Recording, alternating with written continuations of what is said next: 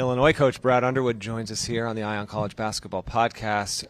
Brad Underwood, I was there at the East Regional Final against UConn. I don't want to dredge up, it's a prideful memory. It was a good season, but yes, for a coach though, let's just dive right into it here.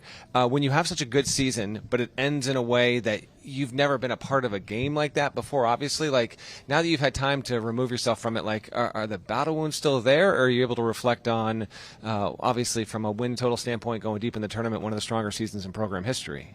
Well, I told our staff as we walked off the court, and to answer your question, yeah, both. Yeah. As soon as I walked off the court, I told our staff, I said, we were a Final Four team who got beat in the national championship, who got beat by the national champions. And I said, but if that's a national championship team, which it is, we've got a long way to go. And that's not to slam our team. We were old. We were the old cliche, picked a bad day to have a bad day. But they had everything to do with that. And so you remember that. You're excited for everybody that you get to an Elite Eight. That's hard to do. And yet that's not why I'm the ball coach at Illinois. I'm trying to win a national championship, and I'm not satisfied.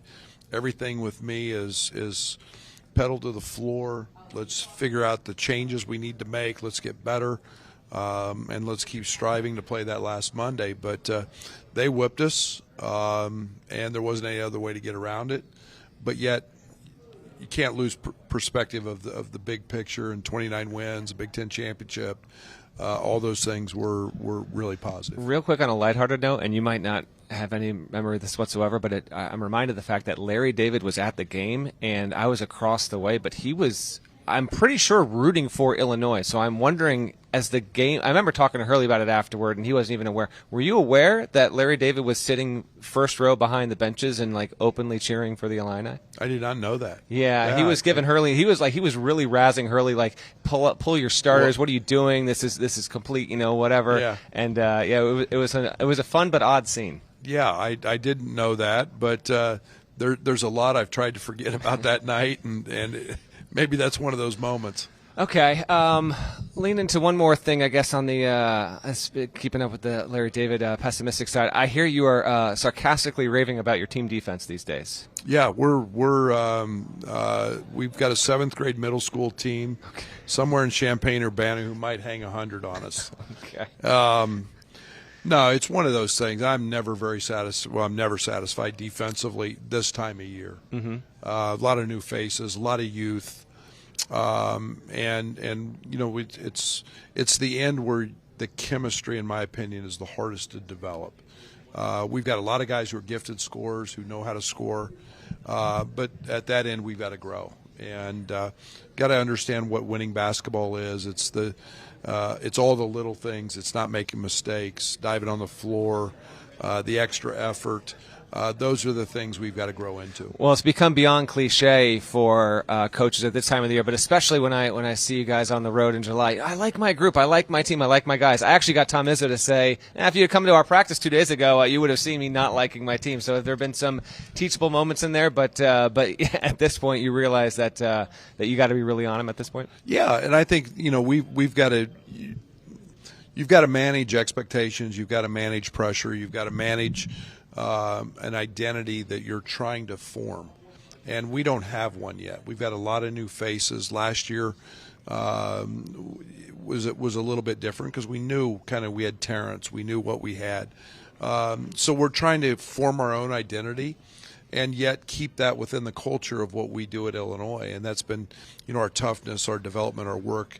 Our guys are working really hard, but those things take a little time. They don't happen overnight, and we'll get them there because they care.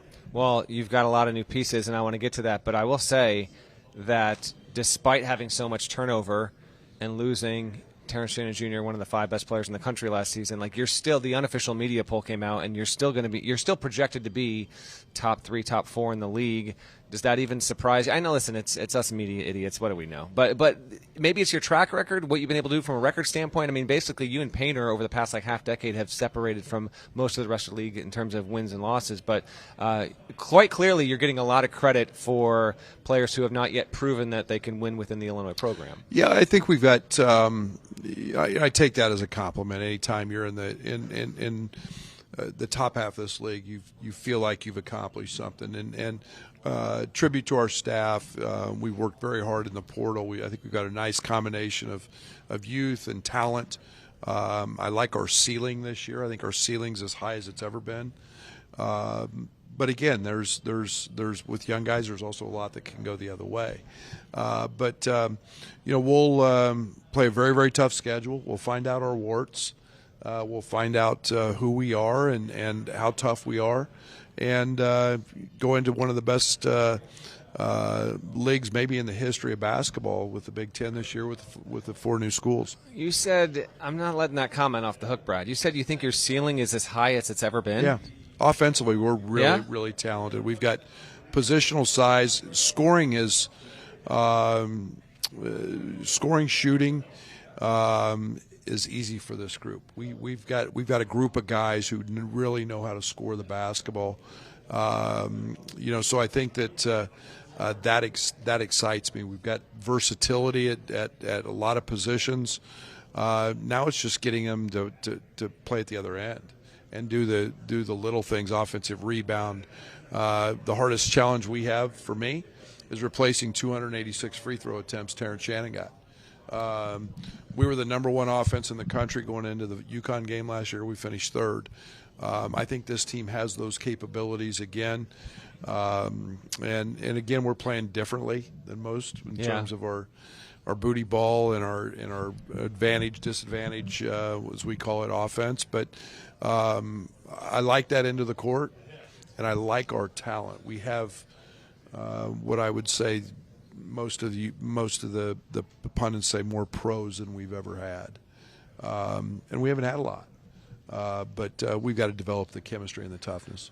As you describe this team and this roster, Kylan Boswell's a key, obviously, player. Ty Rogers is back, and I want you to run down some of the names. But whether for good or for bad, I'm getting hints of maybe your team at Oklahoma State the year that you were there. I want to say you were top 2 in offensive efficiency. We're number 1. You were number 1, right? But a bit of a sieve on the other end. Yeah. So do you have some optimism, but some concern here that you made the tournament and it was a good team, but obviously it was severely flawed. Are you seeing some similarities now, and you're trying to stave that off on the defensive end? Absolutely, and I think the challenge that team had is we couldn't protect the rim.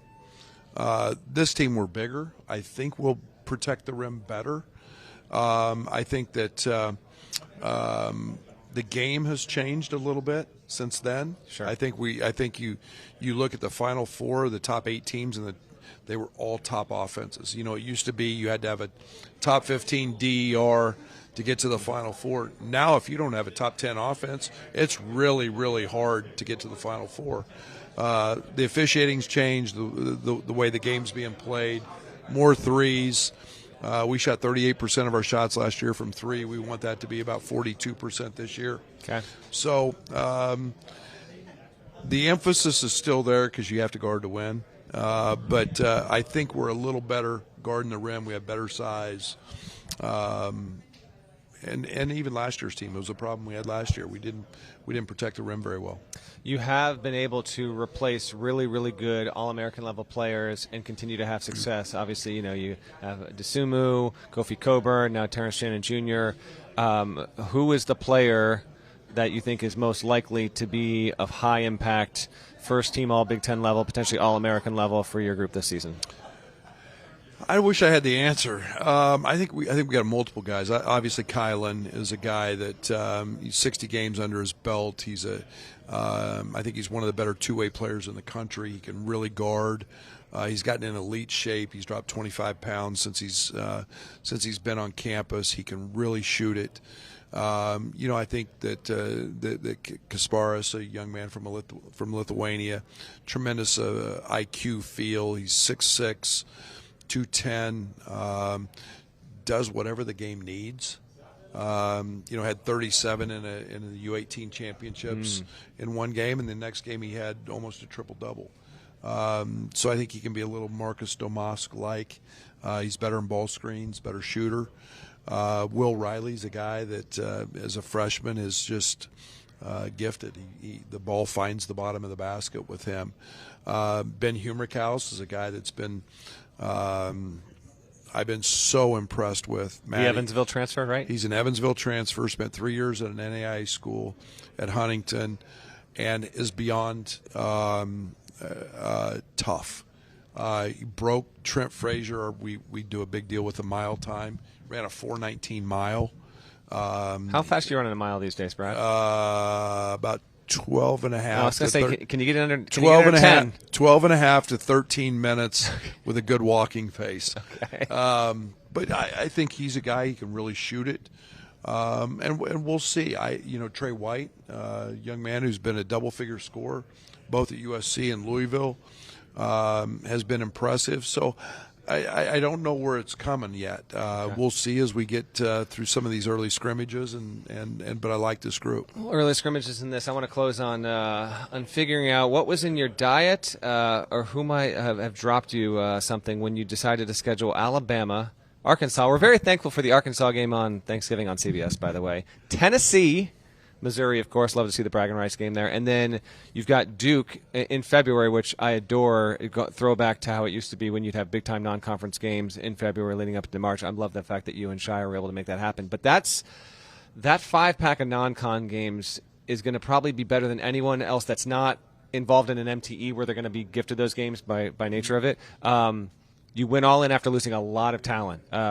Take me into why you decided to do this, because a lot of coaches in your spot, they would not do this. So I highly respect you for doing it, but all the same, I was surprised to see that you went this far. Matt, I think the one thing that we've always played a hard schedule. I think it's helped us build our program to the level it's at. I think players today want to play in those games.